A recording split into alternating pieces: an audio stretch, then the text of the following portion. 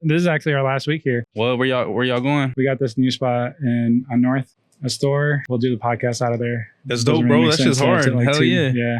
That's been my childhood dream for a long time, just to have a store. Just like having a place of my own. And yeah, I could sell stuff out of there too, but I imagine like a nice little cafe vibe. Like you can just come in here, like work, network, Especially like selling merch out that bitch, just merchandise, clothes, even throw your own events there, fucking renting that shit out for other people. Yeah, it's a lot of shit to capitalize off of, bro. You can do a lot there. I had some experience like renting the last studio we were at. We had a space in Skokie, and it was cool, but sometimes it got a little like weird with like the people that were trying to rent it out, because it was like we're trying to be artistic, but then it's people like coming through doing some whole different shit. Cards. Oh yeah, It's like it's not really contributing besides getting money your space. Yeah, I feel you. I got a homie named he got a brand called Get Smoked, and he basically does that, bro. He sells clothes out of it. He has his own space and he rents it out to like I had an event there. I had my EP listening party there. I had like a fucking music video premiere there. Is it I did what was that? Is it the Gina's Chicken? Yeah, I had well, when I had the Gina's Chicken, no, that's a restaurant, bro. Oh, okay. But I had Gina's Chicken actually there.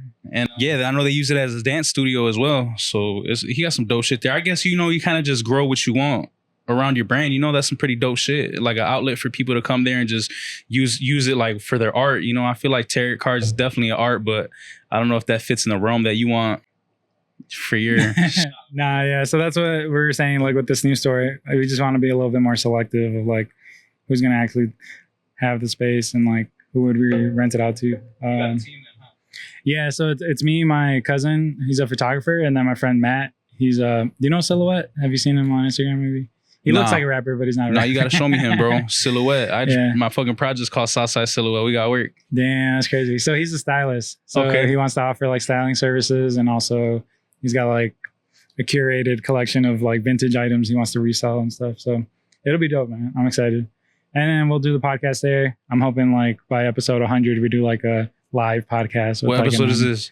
Well, this is episode 30 of my podcast. No, this is episode 33. How long did it take you guys to accumulate all of those episodes? Yeah. It was 2 years. So like 2022, we started.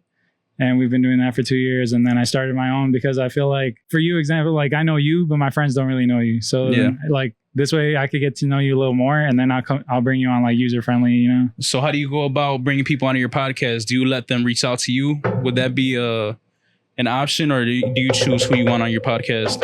I kind of choose. I feel like with you, it just comes natural like in conversation. Like, oh, do you want to like, and if you're easy to talk to, and like, I don't know. I'm not really looking for people.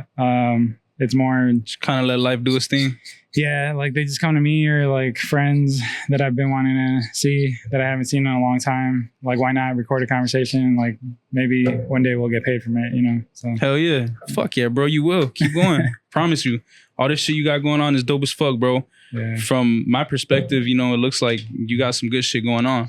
Everything is different looking fucking inside out. So yeah, whatever you got going on, bro, what you got going on is dope. Do you smoke or no?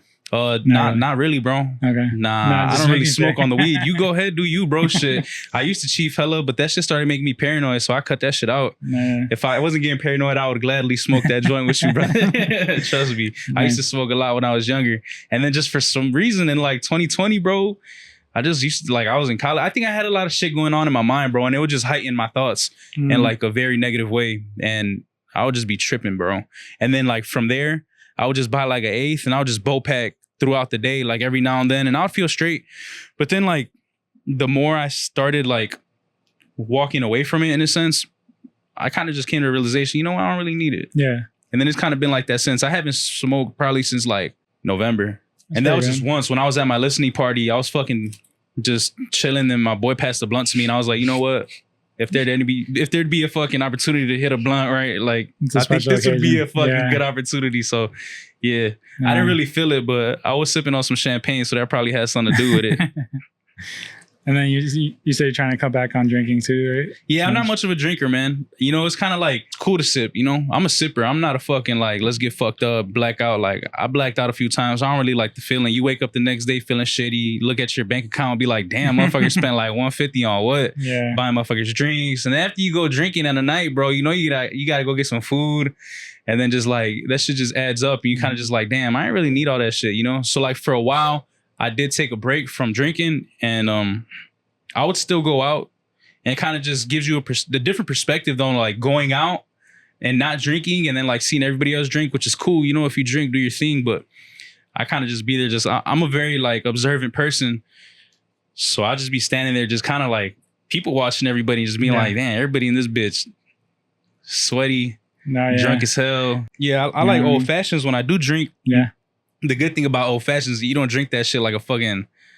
like a Topo Chico, and like you're not drinking that just banging them bitches back. You just take your time with it, you know? Nice. I like palomas. Palomas are banging too, bro. Hell yeah. Don't get me wrong. Sometimes on a hot day like this, bro, fucking a beer will smack. Dude, I had a bottle of tequila out the crib. I was gonna bring it, but I mean, good thing I didn't. We would have just been fucked up by the end of it. Yeah, I like tequila too. I can't do light liquors though, bro. Like vodka, I can't do that. That should have fucked me up. If I'm sipping, I gotta drink some dark liquor. You like mezcal? Fuck yeah, bro. I love mezcal. That shit's fire. I love the smokiness of it. I like smoky flavors. I worked at a restaurant when I was younger called Calumet Fisheries, and I used to smoke all the fish. And ever since then, I just grew an appreciation for like smoky flavored things. Nice. Whether it be like smoked fish, smoked barbecue, fuck whatever, bro. Smoky drinks. That shit just adds like a beautiful accent to it. That's fire. Welcome back to the PDP. It's your boy Pops Prince. Today I'm accompanied by the one, the only Izzy A. What's good, man? What's the deal? Let's go. How you feeling today, bro? Pretty good, man. Pretty good. Just hot as fuck. Man, it's like I'm more of a spring guy, and it's crazy because tomorrow I got a wedding. It's gonna be 92, and it's like formal. So I'm definitely got to bring an extra shirt, bro. About to be sweaty. I gotta bring a towel. That's crazy. But yeah, man, I'm pretty good, man. How are you? I'm doing good. Been productive, man. What'd you do today? What I do today? I woke up, had to help my grandpa out with something, and then went to go get a haircut. Nice. After that, I came home, went to go get some money, bro. And then just I came here, bro. That's what I did. I've been looking forward to this right here. Yeah. Fire. Thank you, bro. Thank you for coming on. I remember at Sun Rocks, we were talking about it. And I think we scheduled a date and then we pushed it back a little because it worked out though. It worked out. Yeah, I'm saying because before I had left to Mexico, I was like, yeah, we'll do it like the day after I land. But I got super burnt out there, so I would have been on this couch right now, fucking all blistered up, bogus as hell. I know you're a rapper. You also make clothes too. I like dabbling in the merchandise, bro. Okay, so it's like merchandise for I would say it's merchandise. I got a few homies who like are real good at graphic designer. They're just cold with the pen game, and they just be drawing shit up. And I fucking suck at drawing, bro. I wish I was good at it so I could just have my own fucking software and just draw my own shit up personally. But it works out fine, you know, because my homies got the vision too. Like for instance, my homie Chico, me and him been knowing each other for a minute, and we would just always be in the crib just talking about like, oh man, like we got to start doing this and that, you know, and we're away at school. And we finally graduated, came home, and like now it's time to do it, you know. So I'll fuck around and just think of a concept. I'll sketch it up, rough draft it, fucking doodle bob that shit, and then just send him what I got, and then fuck around, and he'll just make it like 10 times better. Or sometimes he'll just come up with a concept and shoot it over to me, and we'll just fucking do that. Yeah. I got a few homies that I do the merch with though, bro. I got the homie Chaos too. And then I got the homie Get Smoked, you know, Papo. So yeah, and fucking AK too, you know, all that. Aldrin? Is that yeah. Aldrin, like, he's like the true like spiderweb. Like I feel like he's connected so many people, and just like all the people that he works with. I agree with you. Doesn't get enough credit. Yeah, a lot of brands wouldn't be out here without Aldrin. Yeah, shout out to him. Yeah. Shout out to all of them. If we could take it back, like when did you start rapping? When did you start making music? What year was this? I started rapping way before I started making music. Oh, okay. Like freestyling and shit? Fucking just, man, I would say like my earliest memories would probably have to be like 4th grade. Before I was even rapping, bro, I was just talking fast. Like just on some rhythmic type shit. Like remember that HOTWIRE, hotwire.com, like on some goofy shit. Like me and my homies just be like, who could say it the fastest, you know, type shit. Just like fuck around with, you know. That was about 4th grade or 5th grade. And then 6th grade, I went away to a school called Carter G. Woodson, and it was a magnet school, so I would stay after school because my mom would work late, and they had a hip hop culture class. And that's when I got introduced to like the 4 elements of hip hop, and we were given fucking like MacBooks, bro. It was a dope ass program, and they had GarageBand on it, and I started learning about like hip hop and rapping and just like dabbling in recording myself. That was like that time. That's like a middle school? Yeah, that was 6th grade. That was middle school. It was on like 44th and Evans in Bronzeville. And then after that, I transferred back to the neighborhood over there on the southeast side, and I started just my pen game, still working on it, you know? And I started like really dabbling in like poetry, fucking writing bars. And even since like 5th grade, I was writing journal entries before I even started rapping. So I always knew like I just had an appreciation for writing. I would say I didn't start recording until about like 2014. That was like my junior year, sophomore year of high school. Yeah, that's crazy. That's when I started making clothes. Yeah, and then even then, bro, I wasn't putting shit out. Me and the homies were just fucking making shit, just making music, freestyling. Like that was our shit. You know, we would just get together and just freestyle for hours, bro. Sit in a motherfucking circle and just roll up, rap for like 5 hours, and then just fucking do it the next day. Those car sessions are legendary. Yeah, we used to be up in the whip. We used to be up in the garage, fucking grandma's basement, all type of shit. Man, but I don't know why, like when it would come to my turn, like I would always just be a little too scared or like a little too shy. I mean, yeah, man, I feel like a lot of people don't recognize like how intimate sharing your art is, you know? And if rapping's not your thing, it's kind of like you're speaking your mind, you're speaking your emotions or what it is you're feeling, and a lot of people maybe just feel like they don't have nothing to say, or they're just too boxed up to express what it is they feel. So it's a very intimate thing, you know? Like even sometimes looking back at it, I used to be fucking kind of shy to share my music like with my family and stuff like that, just because like I'm a quiet person, bro. You know, I don't really talk too much, but on my music, you know, I talk my shit on my music. So when they'd hear, like, even like out of respect, I don't cuss in front of my tias and shit like that. So I remember like when I first started dropping my music, like my answer would just be like, damn, he's right, like we never heard you cuss before type shit. So that would always kind of make me laugh. Like even to this day, I think I cussed in front of her like 2 weeks ago, and I was like, I'm sorry. They kind of just slipped out, you know, it's just kind of weird. Yeah, bro. So I started making music back in like 2014, but I always been dabbling in like journal entries, poetry. And then when I went away to college, bro, I was part of a fucking spoken word program called Cultural Expressions, and we'll just do open mics, bro. We go to different schools. We'd be a part of like big ass events, like 300 people in that motherfucker, just getting up there, just fucking rapping in front of everybody, spoken word. Or we just be like in the fucking, like when we table, we just be outside on campus rapping, bro, just on some cool shit, just doing our thing. It would be dope. Shout out to my homie G. It's funny because I've been getting this question a lot. Somebody asked me today, like, how did you get the confidence to like start putting your art out? So like, I want to flip it on you. Like, how did you get the confidence to like, I guess, consider yourself a rapper, or like even put that out? There's a lot of things that go into that question, man. It wasn't just one thing, you know? So I think the first thing for me was I always knew I wanted to rap. Okay. I didn't know what level I wanted to do it on. I just knew I wanted to rap. And then I got introduced to like microphone equipment and stuff like that. And I was like, damn, I want to make a song, you know, because rapping and recording is two different motherfucking things. I had an incident, you know, I had like a family pass away, you know, rest in peace to my cousin Giovanni. My cousin Giovanni passed away. I sat there, bro, and I kind of thought about like, damn, you know, respectfully, like I wonder if he accomplished everything that he imagined himself accomplishing, or I wonder if he did everything that he wanted to do in his lifetime. You know, like death is unexpected, and you kind of never know when it's going to come. You know, everybody got their date, and this goes for anybody, not just specifically for him, but I guess in this instance, yeah. And I sat there and thought to myself, like, damn, if I'm the fucking to die today, bro, like I wonder on my deathbed if I felt like, damn, I did everything I wanted to do. So it kind of just, that was what kind of pushed me to be like, damn, let me make this motherfucking music and put it out. I'm a confident person. I'm quiet, but I'm confident. You know, I don't really talk out of like just to talk. You know, I talk with purpose and with a reason. So when I came to my music, it was kind of like, damn, ain't nobody out here rapping. Ain't nobody out here rapping like me, especially from my neighborhood. I think I got my own style, and I'm a fucking hip hop rap music lover. So if I think my shit's dope, I know more people gonna think that shit's dope too. It's not just me.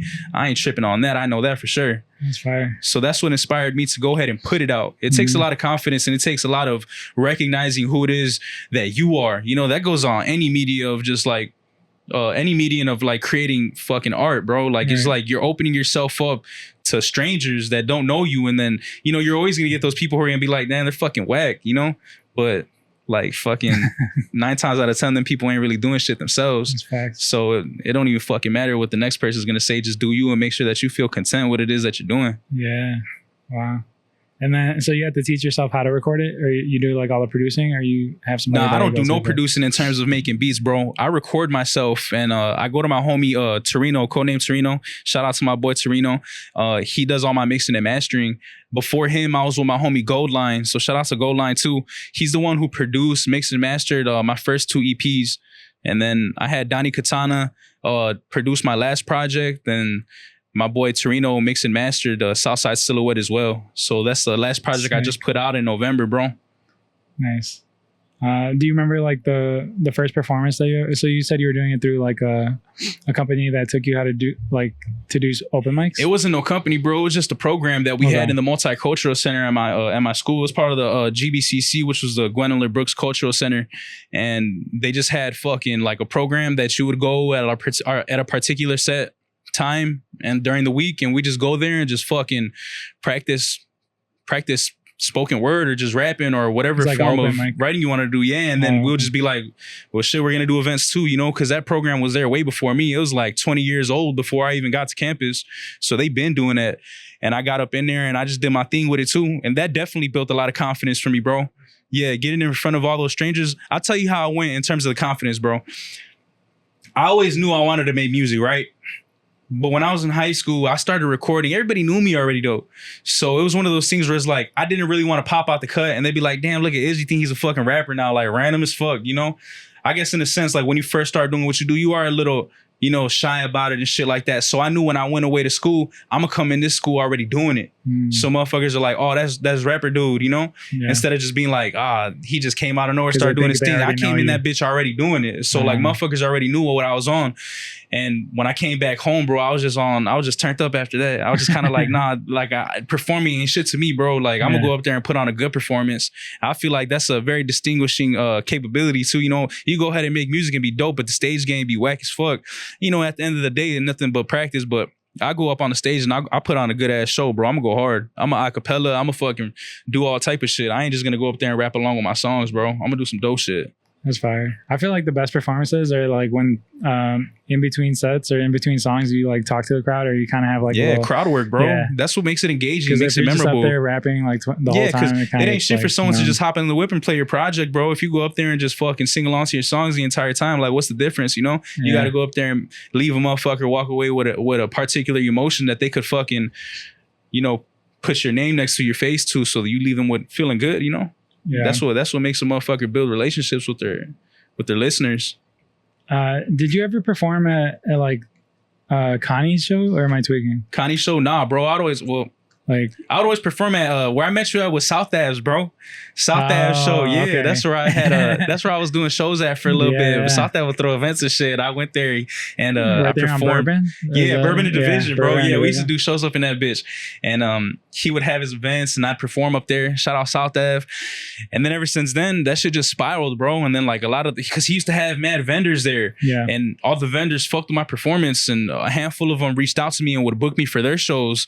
And I would just do my shows from there. And then after that, I got in touch with the homie Johnny Halfton, and Johnny Halfton, he got a band, you know, and we just fucking do like live band shows. Like I wasn't rapping on beats no more. I was rapping to like fucking drums, guitars, bass, saxophones and shit like that. Sick. So that I did that for a minute. I did that a lot last summer, low key. And we just be out in Blue Island, man. Shout out to the motherfucking BI. And we just be out in Blue Island just rapping at like Carlito's Way and all types of shit, bro. It'd be dope. Definitely a different experience, and made me recognize that music is vibration. Like you could get a dope ass beat and rap along to it if it's digital and you made it on a software, but there ain't nothing better than feeling some actual instruments, bro. And just like, damn, it strikes a different chord in your spirit, and it just kind of opens up a whole different vibration that you probably hadn't felt before. For whatever your next performance is like, do you want a band with you, or do you think you still do it by yourself? I think it depends on what songs I'm performing. Okay. So a lot of my songs from Southside Silhouette, they're very upbeat. In terms of like pace, like they're knocking, you know. So I like how those sound along with the actual beat. I performed it with the band before, but I'll say this: when I'm performing with the band, I want them to do their thing too. Like, I don't want to just go up there and just, y'all play along to me type shit. Like, that's how it is, you know? But, like, I want to give bro a solo, you know? I want to let them do their own thing, too. I want that saxophone to fucking flow. Yeah. You know what I'm saying? So, if I'm doing tracks with, like, a verse and then a hook and then, like 12 bars after that, it's just kind of like we got to restructure it a little bit. So, with Southside Silhouette, I performed it with the band. Definitely could be a little better, bro. You know, definitely got to sit down and get back to the drawing board with that one. But when it comes to like Corner House Kid, for some reason, that shit smacks with the band. Like, I'm not sure it's because like I had longer verses and like choruses and more bridges and shit like that. That's probably what it is. It gave the band more space to breathe. Crazy. Rather than being so punctual with the verses and just being like more based on what it is I'm saying. Mm-hmm. Providing like a vibe. Yeah. What do you think is the biggest difference from Corner Kid and Southside Silhouette? Like owning it. Yeah. Owning what I'm doing. You feel like you weren't. I feel like before? When I dropped Corner House Kid, it was kind of like more identity based, and I was kind of like, oh yeah, like I want to prove to these motherfuckers I could rap, you know? So like I was way more focused on writing, and I was way more focused on like fuck around and work on a verse for like a week. Like I'm one of them creatives who overthink sometimes. We all get like that, you know. Sometimes you just gotta walk away, let it breathe, come back with a fresh mind. So with Corner House Kid, I sat down and I might fuck around and have a song from like January on that project, and then another song from like the November, like the following November type shit. And it was just super spaced out where I felt maybe I'm not the same person on this project in all the songs that are on it. So when it came to Southside Silhouette, I cut out the writing and it was all punched in. And I didn't sit there and listen to the beat before I spoke on it.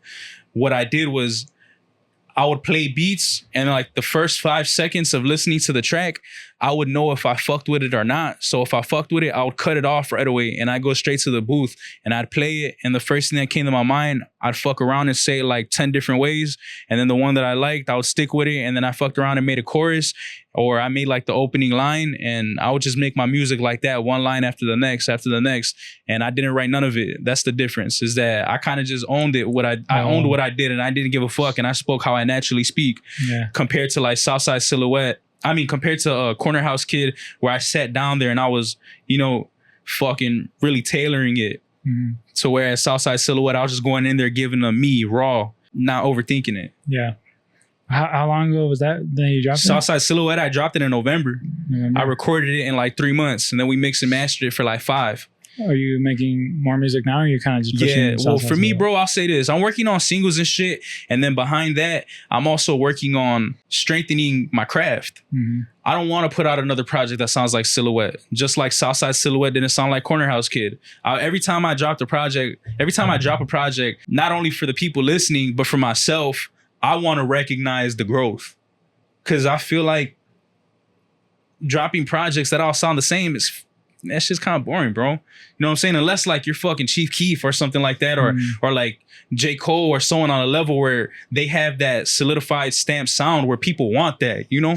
Whereas I'm still doing my thing, grinding out, you know, figuring out who's rocking with me and just doing my thing with the craft and figuring out my voice still and solidifying it and making my craft sharper. I'm fucking with my voice still. I'm still trying new things out. You know, I might make a song where my voice is a little deeper, a little high pitched. I'm fucking with the harmonies. I'm fucking with the different rhythms and shit like that. That's what I'm doing. I feel like that never stops though. Even with Chief Keef and J. Cole, I feel like they still progress in a certain way. Like they don't, there's a saying that's like, you never talk to the same person twice, and like no one ever is going to get the exact same person. You know whose progression I really like, bro? 21 Savage. Oh, crazy. Yeah. I love how 21 Savage could like get on some trap shit and be him, or he could get on like some real soulful type instrumentals and just be himself still, but it's a different side of himself. Even like a lovey-dovey. Like and that's what I'm talking about. Like I want to find all the sides of myself in this music. Mm-hmm. I don't want to just be like, oh, let's rap some fly gutter shit all the time, you know? Like I want to fuck around and get vulnerable with myself too. It's gonna be cool when you look back at like when you're like 40 or whatever, you look back at all the different albums and it's like different points of your life. Like that's another reason that I like making music, because I can't wait till I'm older, and well, I can wait, but I'm really looking forward to when I'm a fucking old ass man and like my grandparents are, or my grandkids are like on the internet just crazy, looking 20-year-old me up, fucking rapping, doing shows and shit. That's just gonna be dope. The podcast, like my kids are gonna be able to listen to my voice, like long this after I'm dead, is forever gonna live, even when we're not here in a physical form. My voice is gonna live forever, bro. And that's the most beautiful thing about creating music or creating art. Like a sense of us is still gonna be behind in this world in a creative way, and I feel like that's very impactful. Definitely. I just saw you promoted a new flyer today. Was it today or like a few days ago? Yesterday.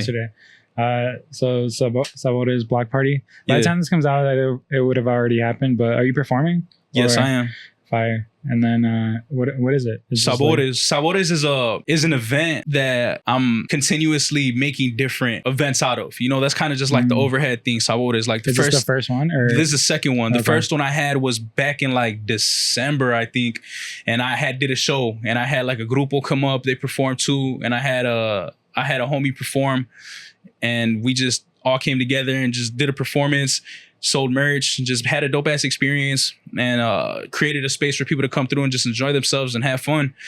And after that, I was like, you know what? This is my concept for Sabores. I feel like I'm Mexican American, bro. My grandparents came from Mexico. My dad was born in Mexico, but we grew up in like the South Side, South Chicago, South Daring type area, and we have a culture of our own. So just kind of like meshing that culture, you know. Like at the end of the day, I'm Mexican, but I'm Chicago too.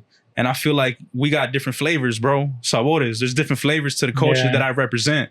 And I just want to display all the cultures, whether it be, you know, one event I have a grupo. The next event I have fucking cumbia. The next event I have fucking reggaeton artists, you know, but I want to perform at all of them still too. Yeah. That's my way of looking at it. We have so much culture within this one culture, and I just want to put light on all of it.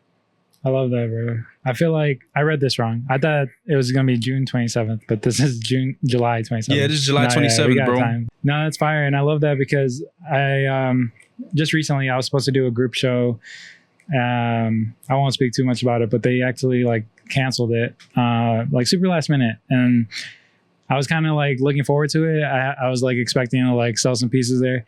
And then I realized like that's what happens when you like rely on other people to do these events. Yeah. And it's so much better when you like organize it yourself. You gotta be in it, bro. Or else no one's gonna take it as serious as you. Yeah. Cause it's your shit, you know? I'll say when the event for this Sabota's block party, I put on for my neighborhood a lot, you know? Yeah. And it's like the city's so big, but like my neighborhood, there ain't nobody representing it. So I want to be that motherfucker who's putting on for not only my city, but for my side.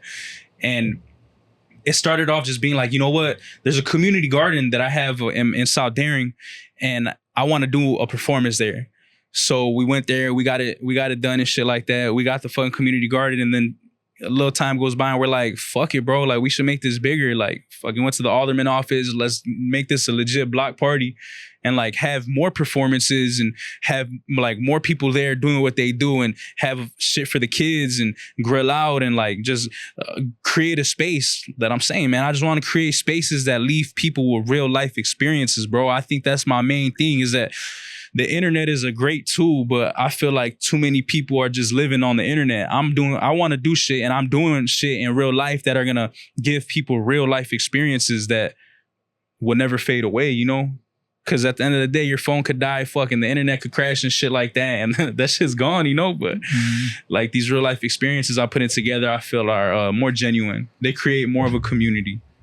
Damn. So you've been in South Daring your whole life? South Daring, South Chicago. Grew up in the 90s. I'm from the southeast side, bro. Okay. I'm by like 95th and Stony. And basically like that whole area to the motherfucking lake, bro, that's just all where I grew up at, bro. I grew up in South Daring, 90, South Chicago. I spent some time in Slag. I got homies in all different sections of my neighborhood, bro. It's one big ass neighborhood, just different sections in it. It's like 6 different neighborhoods in my one neighborhood. Yeah. And my grandma and my grandparents, you know, and my great grandmother, that's where they came when they came from Mexico. They went to South Side. They went to South Chicago. That's where we started, you know, like all my uncles, all my aunts, my mom, my dad, we all grew up over there. That's awesome. You know, I look at it like this, bro.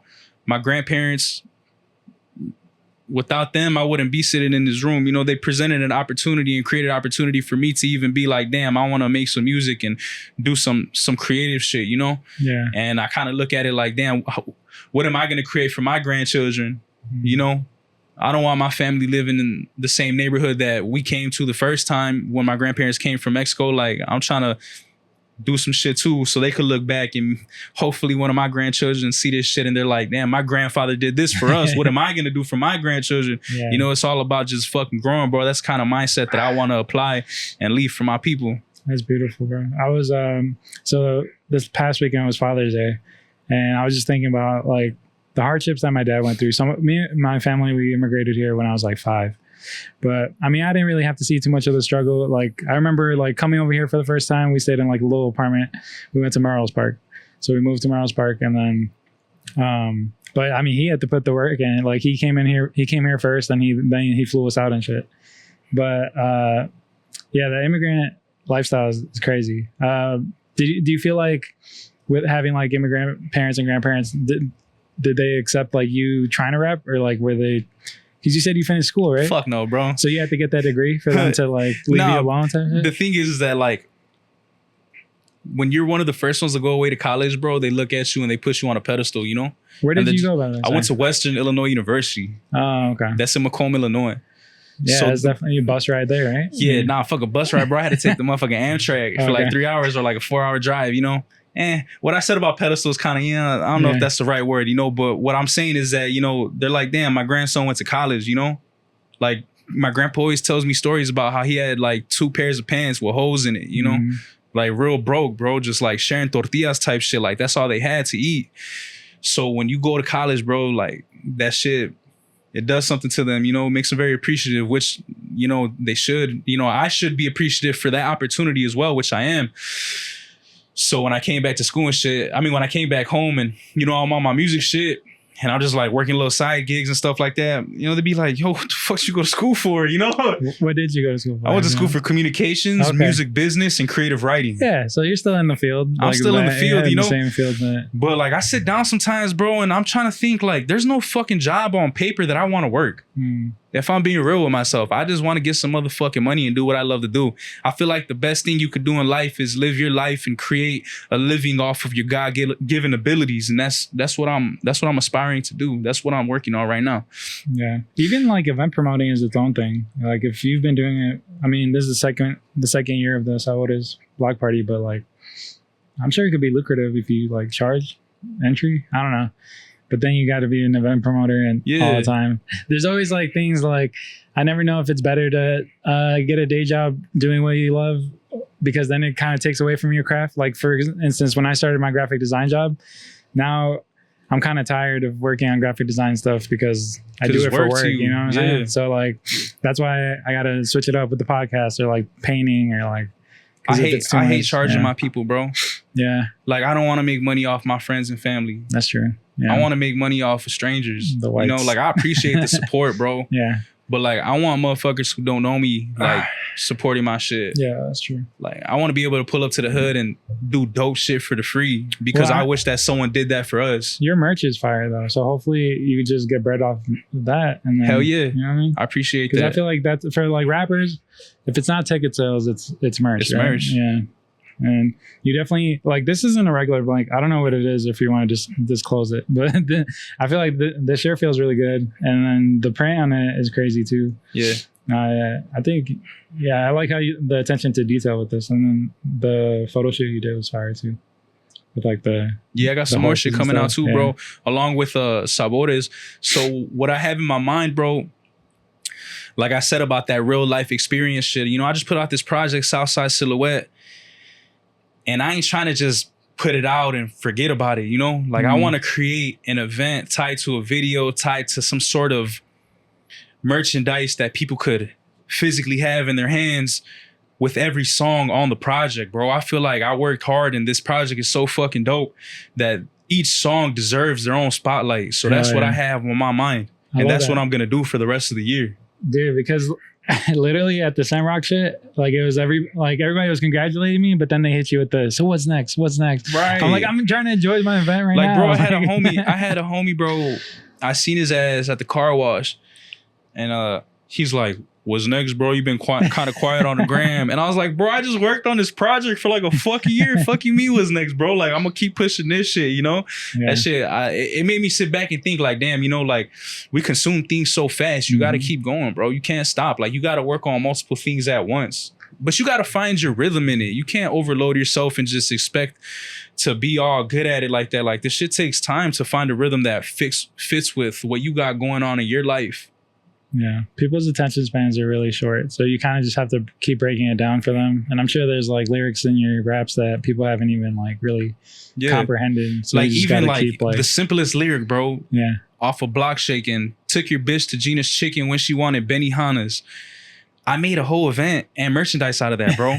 Like, I really went to Gina's Chicken, got a Gina's Chicken special that they sold at their store for 2 weeks, made merchandise, posted up in front of Gina's Chicken, shot the music video for a little bit in front of that spot, and then came back after the video dropped and sold the merchandise of the Gina's Chicken in front of Gina's Chicken. Yeah. Like, that one line, when I created it, I didn't think that would spiral into all that extra shit that came after it. And it's like you're making the most out of it, you know? And that's what you should do, because you put your heart into the shit, and then people expect you to just move on to the next shit. So no, that's fire, bro. Man, I'm kind of sad that I never really like been out there like that, because like I usually stay like west. I mean, I live by like Harlem and Diversity now, and like I know the east side is a whole different. Like, I don't take it personal, bro. No one goes to where I'm from. Shit, there ain't nothing out there, bro. I don't fucking blame y'all. Like, I don't really be out there myself. Fuck, you know what I'm saying? Like, if anybody wants to do anything, bro, they fucking push out to the inner city, you know, because we're on the outskirts, bro. We're like the last neighborhood before Indiana, bro, southeast side and shit. But I love how proud you are of it, because of course, bro, because no one else is pushing this shit. I'm gonna be the one, you know, like I'm gonna spark this shit. You know, I'm doing it already. I got this shit on my fucking stomach, bro. Yeah, like my fucking grandma and everybody looked at me like, "What the fuck's wrong with you, bro?" But like, this shit, I push it, bro. I love it because I'm proud of who I am and what I'm doing and shit, and this is what I represent. It's fire. So, do you ever see yourself moving out of Chicago, or you always be in Chicago? Like, I know a lot of people sometimes want to move. I personally don't. I think I'll stay here forever. Maybe get like a vacation house for the winter or something somewhere else. But like, I can't see myself leaving Chicago. I see myself living in the city, like closer to on some downtown. young shit still, you know. Like, I want to experience like that fucking condo shit, you know. I want a high rise, bro. Like, I want to push into more of the city, but like as an older man, I want a big crib, bro. Like, I don't want no Chicago house all too close to a motherfucking neighbor. You know what I'm saying? Like, I want to wake up in the morning. Like, sometimes I'll be out in different neighborhoods and shit outside of the city in the burbs, and like motherfuckers leaving the garage door open. Got fucking, you know what I'm saying? Bikes chilling on the front, bro. Like, younger me, like, damn, that's a lick right there, bro. Like, and they're so comfortable with it, which they should be. Right. But nah, even if I did have a big crib, I wouldn't be leaving my garage open like that and shit. But bro, like, nah, man, I think that as a family man, I would want to get a house. Like I said, bro, like my grandfather came from Mexico here. Like, what justice would I be doing my family if I raised my kids in South Daring as well? You know, no disrespect. I love South Daring with my whole heart. But man, I want to show my kids something different as well, you know? Yeah, I mean, hopefully it can get a little nicer there. I don't know how nice it is, but like, I don't know like how that works. Like, would you want South Daring to become like that suburb, or would you want it to be like? I love South Daring for what it is, bro. So, I don't know if I want it to become a suburb, bro. You know what I'm saying? Like, I feel like they be trying to like gentrify, change it up. They be trying to gentrify it, man. I don't see that shit happening no time soon, bro. Like, nah, but I definitely do that condo shit before you have kids, bro. Hell yeah, you bro. Can't do it with, I already know like what condo I want to live on, bro. I want to be right off Lakeshore Drive and fucking watch the sunrise and run down Lakeshore and shit like that along the lakeside and fucking put my mic in front of that motherfucking big ass window and just look at the city skyline with the lake and the sun right there, bro. I'll make some crazy ass music right there on some fucking. You ever watch Larry June's fucking documentary when he was posted up I don't know where, and like he just had the sickest view, bro. Like, I'm trying to get on some shit like that. Yeah, I'm gonna get there, bro. It's gonna be beautiful. I'll invite you over. You fucking. Yeah, we'll do a part 2. Hell yeah. Yeah, I promise. Everything that like you want in this world is like attainable, bro. You just gotta say it and it happens, bro. It's all perspective, bro, and just staying at it. Yeah. Damn. So your parents weren't cool with you pursuing music? My parents were cool with it. Okay. My grandparents. Oh, okay. Different story.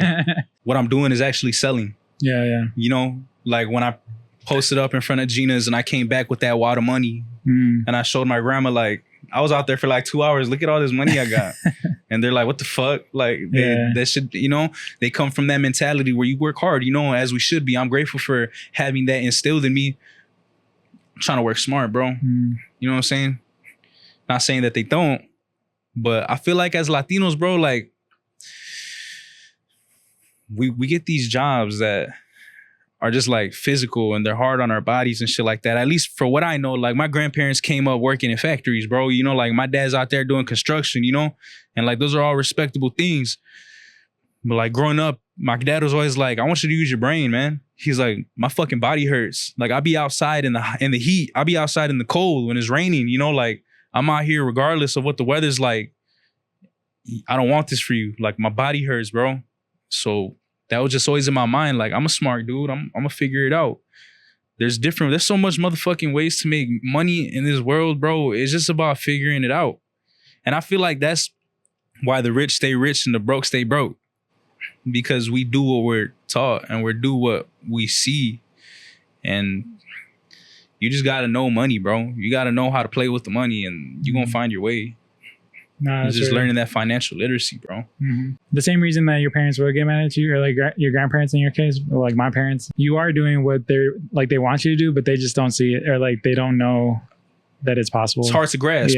Yeah. Or like, man, I feel like working smarter. I feel like another dope experience was one time I was performing, bro, at my last event, the Sabores event, the first one that I had, bro, and my fucking grandpa came out the cut. Crazy. And he was there and he don't speak English, bro.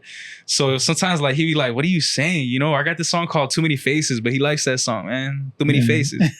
He loves that song. He don't know what the fuck I'm saying, but he knows those 3 words. Do you know Spanish? Are you good at Spanish? I'm not the most fluent, bro, but I know Spanish. I'll speak that shit. Have you incorporated it in your rhymes? Or like, yeah, I'll throw some lines in there, bro. Yeah, hell yeah. I definitely want to incorporate more into it. I would love to make a song all in Spanish, you know? I'm not the most fluent though, bro. Like I definitely sit here, have a conversation with you in Spanish and shit, but it might be broke a little bit. Like I get fucked up on, and there's so many ways to say different things and shit like that, you know? And sometimes that'll fuck me up. That's why it feels like more romantic, because like... Yeah, hell yeah, bro. It is a romantic ass. Like, yeah, fuck yeah, bro. You can say disrespectful ass things and it sounds nice if you don't know Spanish, bro. Yeah, your parents will understand it a little more. Or your grandparents, I mean. Yeah, my parents definitely understand, you know, especially because like my dad was brought over here with Hill Street. You know, so he grew up like me. Like he grew up like us, you know, like he understands the culture. He grew up listening to Bone Thugs. He grew up listening to Izzy, you know what I'm saying? It wasn't like he was over there fucking listening to like Vicente or something like that. Like which he did, you know. My dad still got that paisa on him too, you know. My dad be telling me all the time, you need to do it in Spanish, Israel. You need to do it in Spanish. It's a big market, this and that. And he got a fucking point. I ain't knocking it at all. My mom loves rap too. You know, my mom loves rock. I got such a big portfolio of music that I just I'll listen to anything, bro. If that shit is good music, I'll listen to it. You think you fuck around with like a different genre? Yeah, bro. I got this one track where I sang on it. Cause like I said, man, I'm fucking around with the sound. I fuck around with my voice. I sing and harmonize and shit like that. And I know my pitches. I'll make some dope shit. I got this one little R&B track that I had laid down not too long ago. I was talking to my engineer about it the other day too. Low key, we're gonna try to get that shit, mix and master, put that shit out because that shit hard. Fine. It's like I'm singing on the chorus and shit, and then I'm like changing the dynamic of my pitch on the motherfucking verse, and it sounded hard, bro. Do you have a lot of collaborations on Southside Silhouette? I haven't had a chance to. I have 0 collaborations. That's all you. Is that on purpose? Not necessarily. Like, would you collaborate with other artists, or they kind of have to be friends with you? I just want to fuck with you, bro. I just want to fuck with you as a person, you know? Yeah. I feel like I could be picky sometimes, bro. I ain't gonna lie. No, that's good. You should be, bro. It's your craft. I would love to collaborate with someone, but like, I've had people come to me and be like, oh, let's collaborate on a song. But like, my thing is this too, like, I want you to do your own thing too, bro. You know what I'm saying? Like, I don't want people coming up to me and like, they don't got no song out. And then they want to fucking hop on the track with me, bro. Like, and let's like, bro, got it like that. But like, if you're over here trying to test some shit out, like, don't do that with me, bro. Cause I'm doing this shit for real. Like, don't test the waters with me, bro. It's the exact same way. Like, if somebody's trying to collaborate with like your brand and they don't have a t-shirt out or they don't even have a website over it. Like, I don't know. Yeah. It's tough. You got to kind of say no sometimes. And that's a big thing. Like, learning when to say no. It's like me, I'll say yes to a lot of shit. And it bites me in the ass. Yeah, you be feeling obligated or what? Are you feeling bad? I just be feeling like I need a help because I want so much that I agree. like, you know what I mean? Yeah, you so like definitely I gotta want to help give motherfuckers back. But I'll say this though, like at my shows, I give a motherfucker a platform to perform. that's right. Yeah. That's what I'll do. That's what I feel. Yeah. With like art shows too. Yeah. I won't knock them. We all got to start somewhere. You know what I'm saying? Like I was at that point at once too. But I went to go get my own equipment. I was looking for the shows. You know what I'm saying? Like you got to want this shit. You got to do some work, bro. You can't just come around think you can just hop on some shit out the blue. Was there... was it ever the other way around where like you were asking for features and then they kind of just like sent you off or you know? Nah, bro. Nah. I'm telling you. Nah.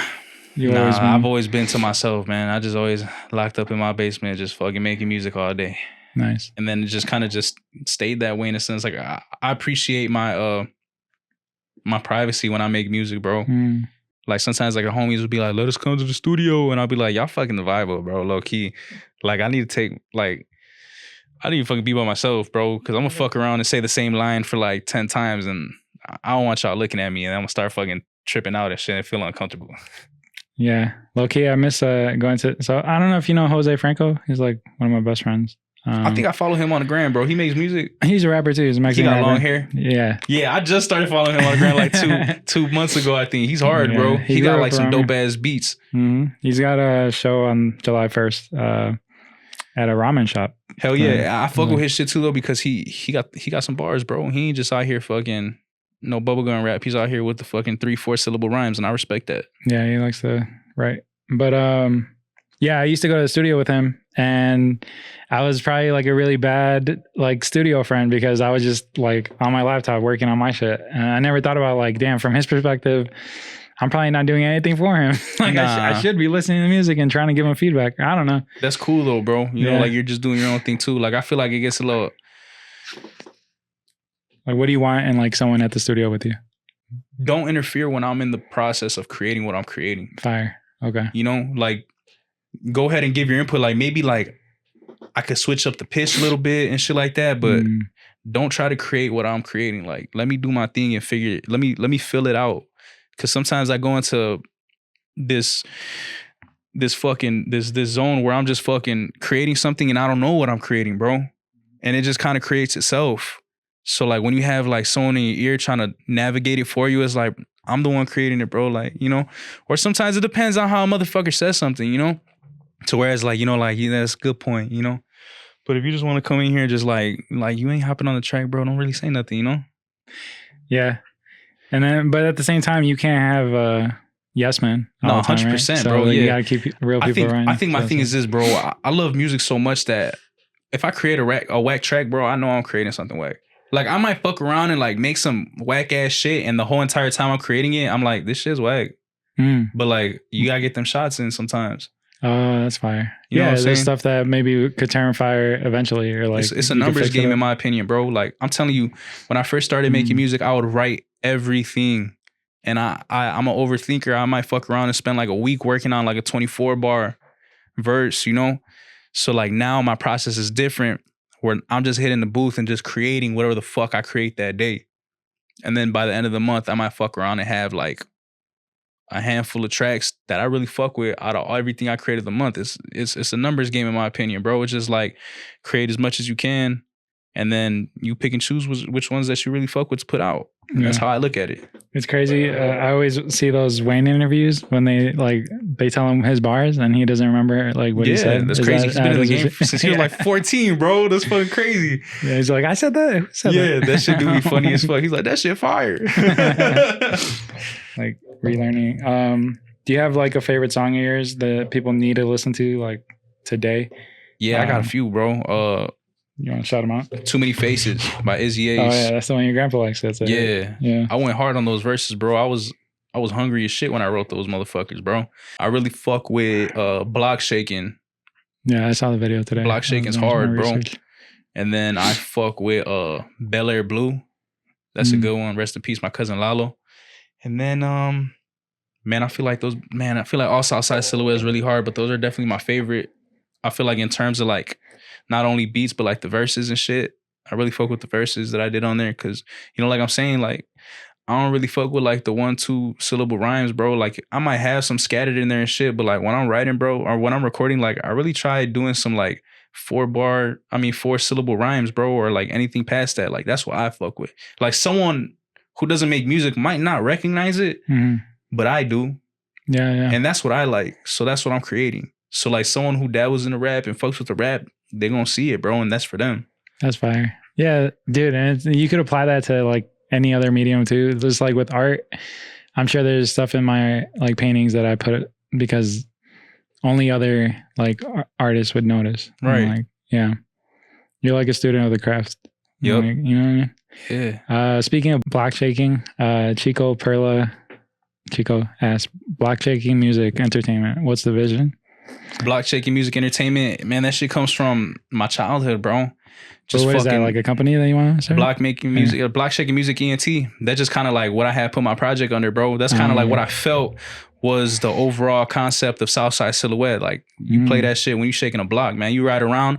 The only way to play that shit right is to shake the block when you playing it, bro. Yeah. You turn the speakers all the way up and shake the motherfucking cribs, bro. You know what I'm saying? Like when I was coming up, bro, I remember the fucking cars passing by through my neighborhood and my block and just fucking my grandma's crosses and family pictures just shaking and rattling and shit like that, bro. The fucking floor shaking, just being outside on the block and just feeling all the cars pass by, just thumping their music. And that was that nostalgic emotion that I had when I was creating the project. So that's why I did block shaking music, because Southside Silhouette is block shaking music. Is that like a overall label that you'd want to make eventually? Or? That would be dope. Okay. That would be dope. I put that shit on a sweater already. So hell yeah, I fuck with that, bro. I think that is just one of my lanes that I create in. Yeah. I feel like there's different lanes that I create in, you know? I got like some shit where I might fuck around and just be on some quote unquote lyrical shit. And I got some real gritty fly shit, like that block shaking shit. You know, I got different voices, man. BSM sounds like a cool acronym too. Yeah, BSM ENT. That's fire. Damn, Chico asked a lot of questions. I might just like throw these out at different times. But he said, "Embrace the hustle." What does it mean?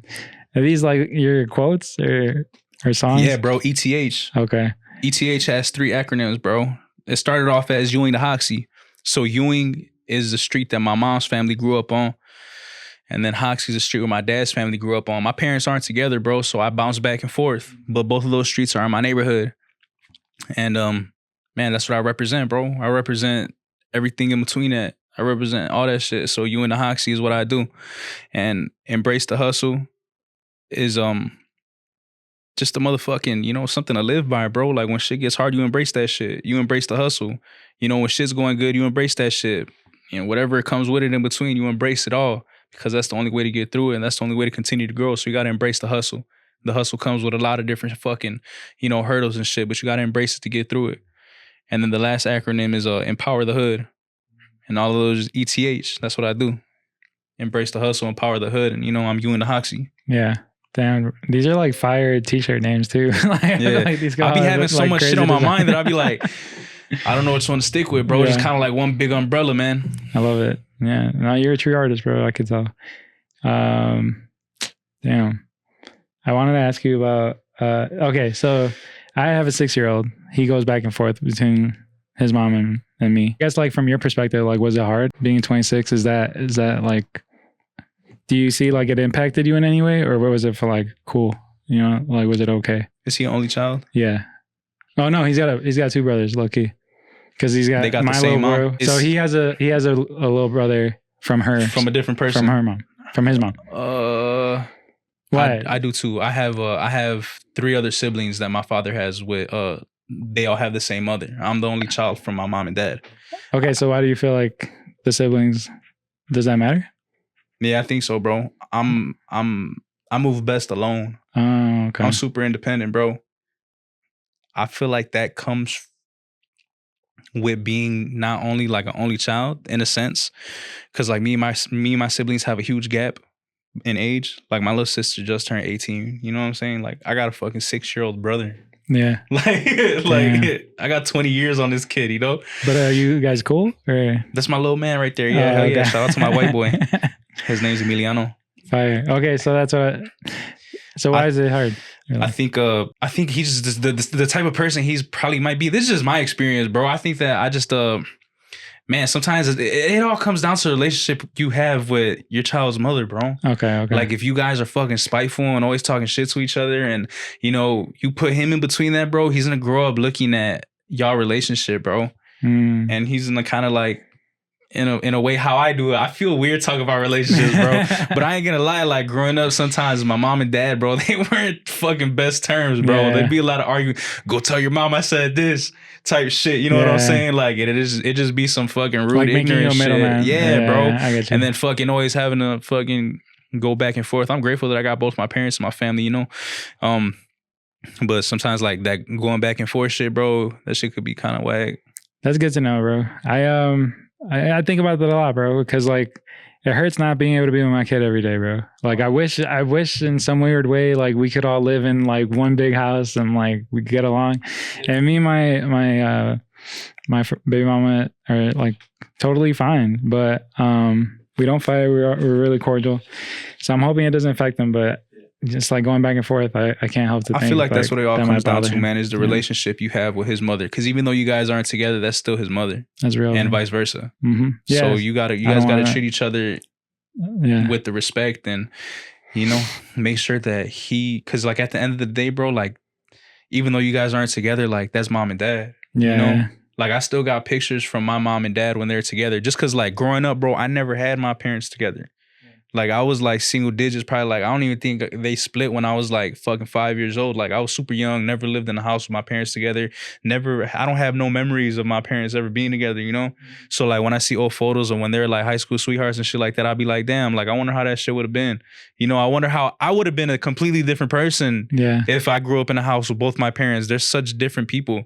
So the dynamic of that probably would have changed the way I am, you know? So like sometimes I have photos of them together, bro, and I just like, you know, out of respect of that's my mom and my dad.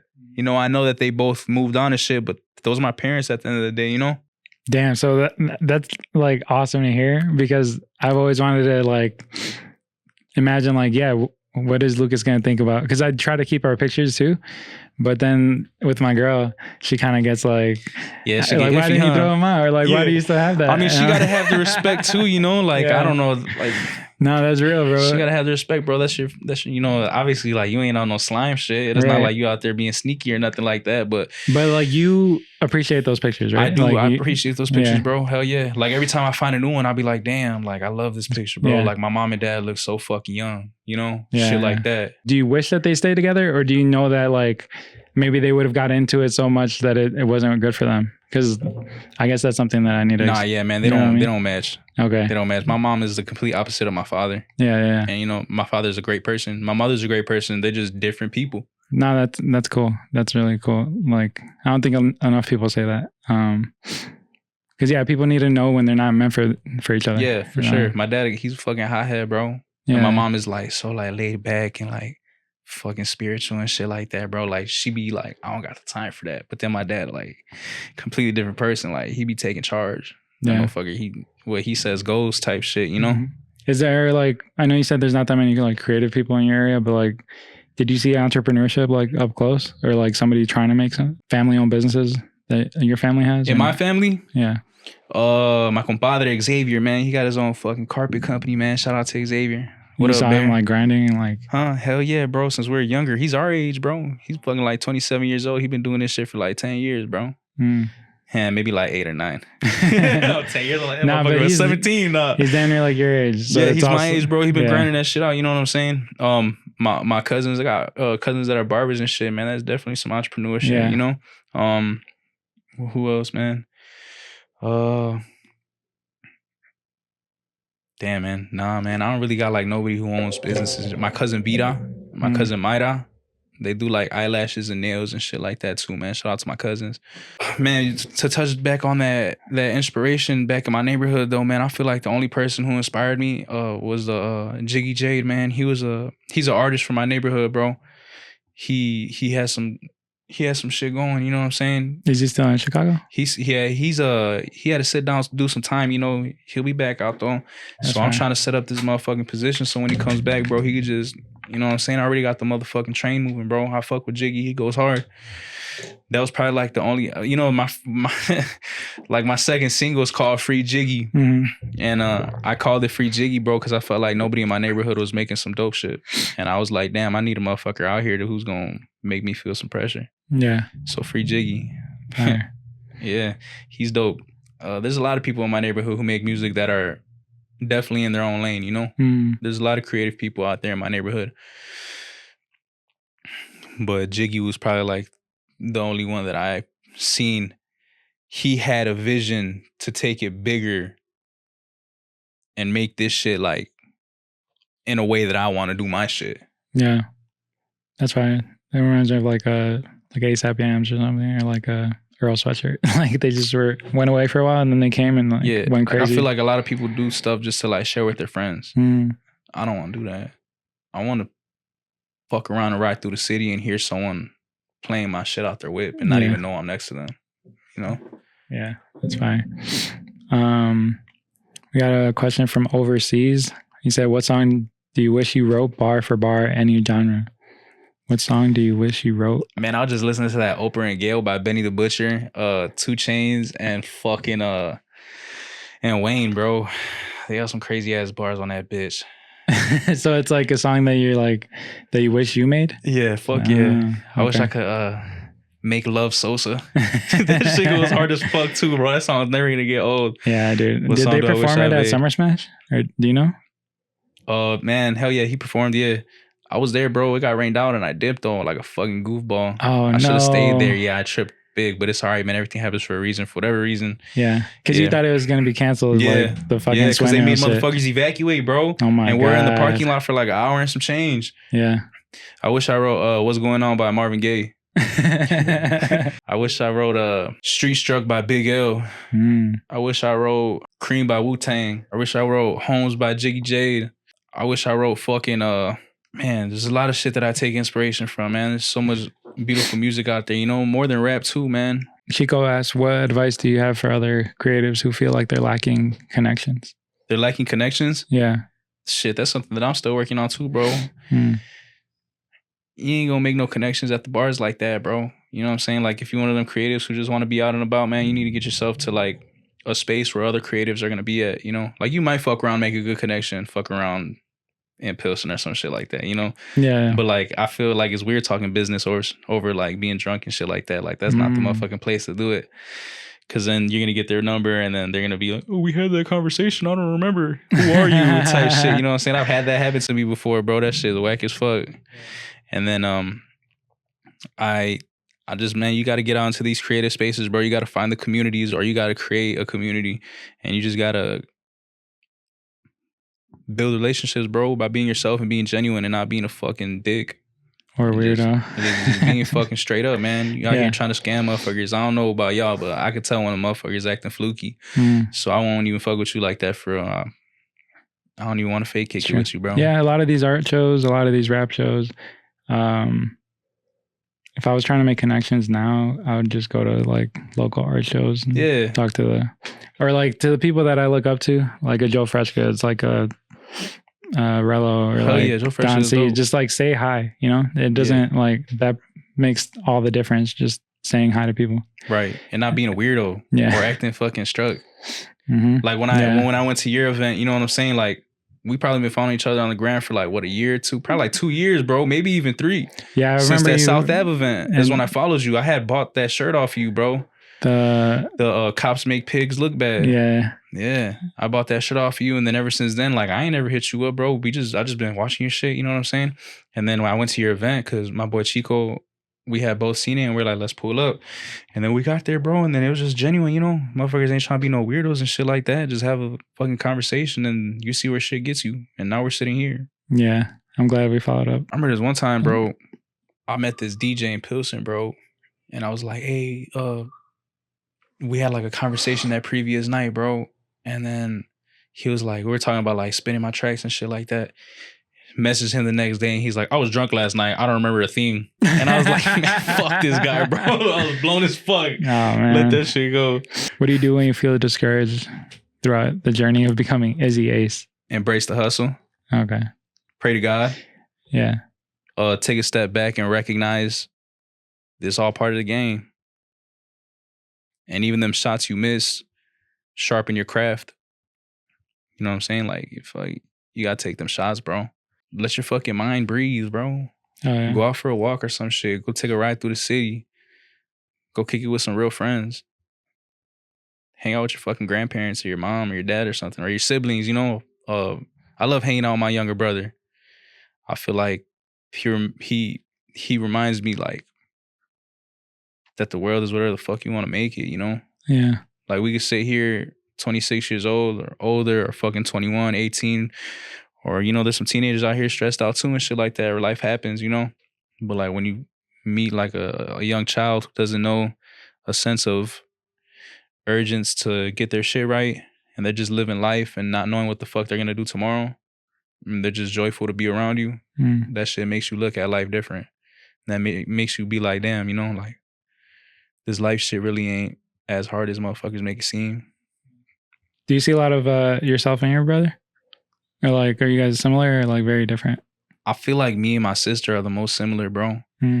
I feel like I told you, if my mom and dad stay together, I'd be a different person. I think that. But in a good way or bad way? Sorry.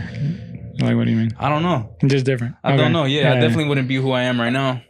I think that them not being together definitely made me like more hard. I don't fucking know, man. I don't know what I'm really saying. G. Nah, I get it. Like more like tough, or like it made you put like some.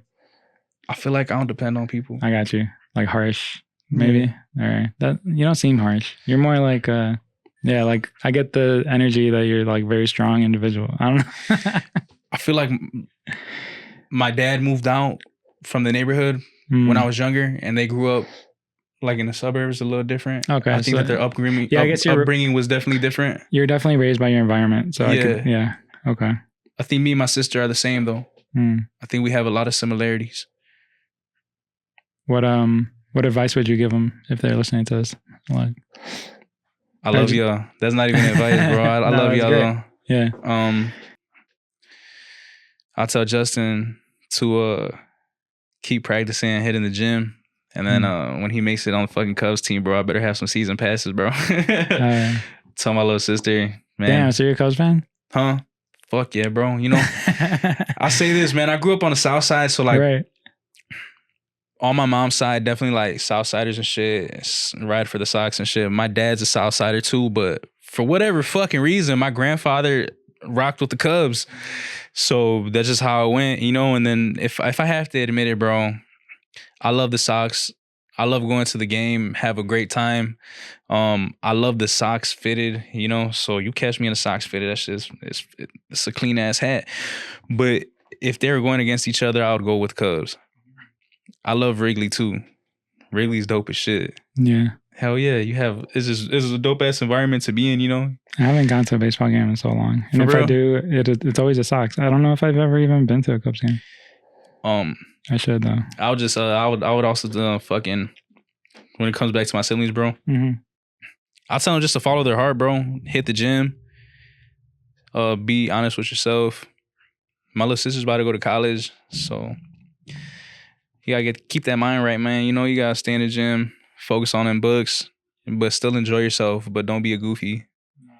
Don't trust people as so easily. You know, like you gotta, you know, trust people. Don't be like a fucking weirdo, but know who it is that you're allowing to be in your circle. Because I feel like when you go to college, a lot of these people fake kick it. They just want to hang out with you because you get fucked up on the weekends. Shit like that, you know? And like their relationships be based on just turning up. And they ain't got no real foundation with it. You know, I went away to school too. So like, I already know how this shit goes, bro. I can't wait till she goes away to school because I have all this fucking game that I want to give her that nobody gave me. Especially like going away and like dorming and then like getting your own apartment and then getting a job and then like fucking having to pay for bills and groceries and shit like that. Like she got it for me, bro. I'll give her that shit all day. And she's gonna have a great time and it's gonna build her character so fucking much. She's gonna come back a whole different person. And it's gonna be a beautiful thing to see her cross that stage. So can't wait to see you cross the stage, man. My younger brother, bro, Man, shout out to my younger brother Emiliano. He just be happy as fuck to see this right here, bro. Like he's 6. Yeah, he's 6. He's about to turn 7, dude. bro. My son's about to be 7 in July. That's crazy. He should come to his birthday party. I'm gonna send you the invite. All right, bet. Damn, that'd be funny as fuck. Is he like super on Fortnite and like? Nah, hell no. You know what? He likes. He be on the Nintendo Switch though, bro. I don't think he be on Fortnite though. I think he be playing like Mario Kart and shit like that. Nah, that's great. And that's great. yeah, he loves baseball though. All my brothers love baseball. Did you play in high school? Yeah, I played baseball. I stopped playing my freshman year because that shit wasn't fun to me no more. Because once you get to high school, like motherfuckers trying to get like motherfucking scouted by schools and shit. And I was like, I just play this shit to have fun. And my dad he's one of them coaches where he's like, catch the ball. Like the motherfucker on it, bro. Like he's gonna be on your ass at the games, bro. Huh? Your dad was your Hell coach? yeah. Damn. Shout out to my dad, bro. He's always been there involved like a motherfucker. Yeah, he's been everybody's coach, bro. Yeah. And if you fucking suck, he's gonna tell you. And he's gonna fucking take your ass and hit some balls at your ass and make you practice all fucking day after you just finish practicing with your team and shit. Like he's one of those dads, bro. He's making sure you on it. He ain't gonna have no kid out there looking goofy. That's crazy, bro. Because I never thought myself as a coach, and like I don't think I can because I'm not like that into sports. So I don't think you gotta be, bro. I feel like being a coach is just encouraging these kids, bro. You gotta know how to work with kids. Or you think you're like most coaches actually know what they're doing? Like, I feel like you kind of have to have... You got to at least know the basics, bro. Yeah. You can't never not play baseball and be a fucking baseball coach. You know you're going to send these kids off and shit. You got to know the basic mechanics of baseball at least. I mean, it's not that hard. Just fucking keep your eye on the ball and then fucking... That's pretty much keep your head up type shit.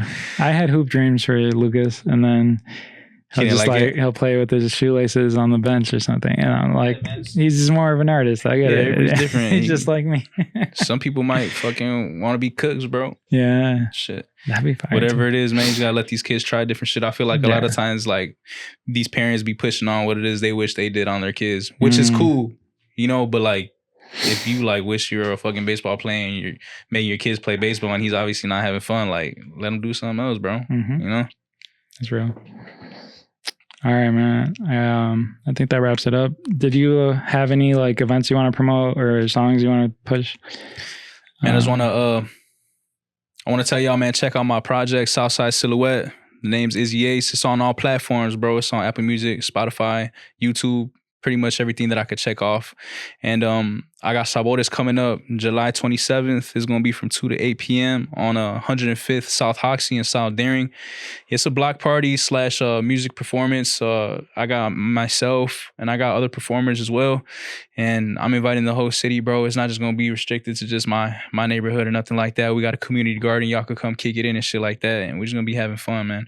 And I got a lot of shit coming up. Got new t-shirt designs and just some pop-ups coming up, bro. Just follow me on the gram at IzzyAce_. It's IZZYACE_. And fucking keep embracing the hustle, man. Keep that shit you in a Hoxie. And just thank you. Thank you, bro. You can follow me at PopsPrince, popsprince.com. I have an event with La Estrella Mini Market and 7000 West Diversey, July 12th.